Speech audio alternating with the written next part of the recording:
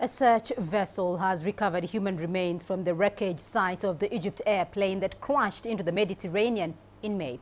The remains are due to be examined by forensic specialists in Alexandria, Egypt, before being sent to Cairo for DNA analysis. The vessel will later return to the site to look for more bodies. The aircraft plunged into the Mediterranean en route from Paris to Cairo on the 19th of May. All 66 people on board were killed. The cause of the crash remains unknown. Right, let's get you more now on this story from CCTV's Adil Mahroui. He's joining me live from Cairo. Adil, what happens next, though, after the recovery of the human remains?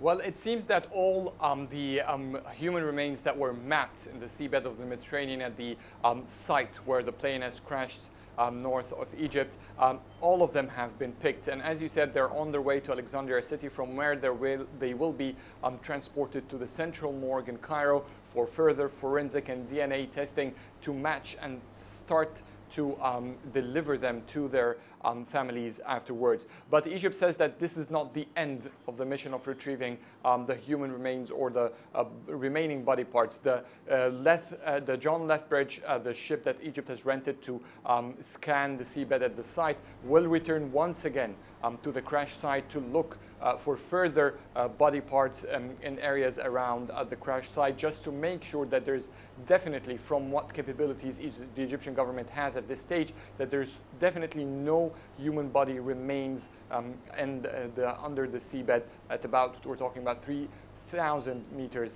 deep. So there will be still other scanning processes just once the batch that has been announced reaches the Alexandria port, and the John Lethbridge will go once again back to the crash site. Well, Adil, so far though, what's been discovered from the data recovered from the black box? Are we ever going to know the exact reason for the crash?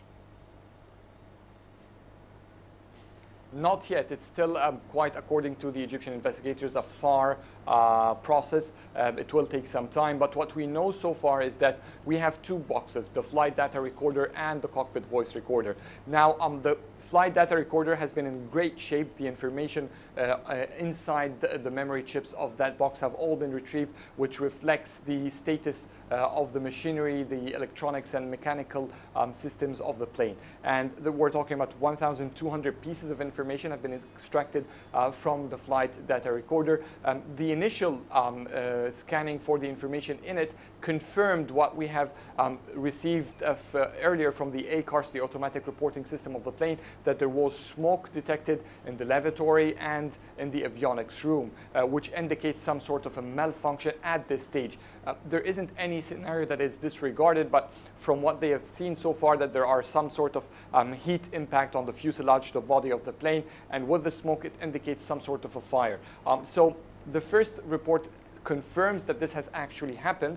Now the rest of the information is still being analyzed. What remains is now for the cockpit voice recorder, which records the communication, the dialogue between the pilots in and out of the cockpit. Now that has been initially repaired. They believe that they can extract the recordings from it, but the investigation team did not yet confirm that they have successfully extracted the recording. Now, what's important about that is that it will indicate what the pilot was saying to his co-pilot, how he managed the plane during the last minutes before the plane plummeted into the Mediterranean, and therefore might give a stronger indication about what actually happened.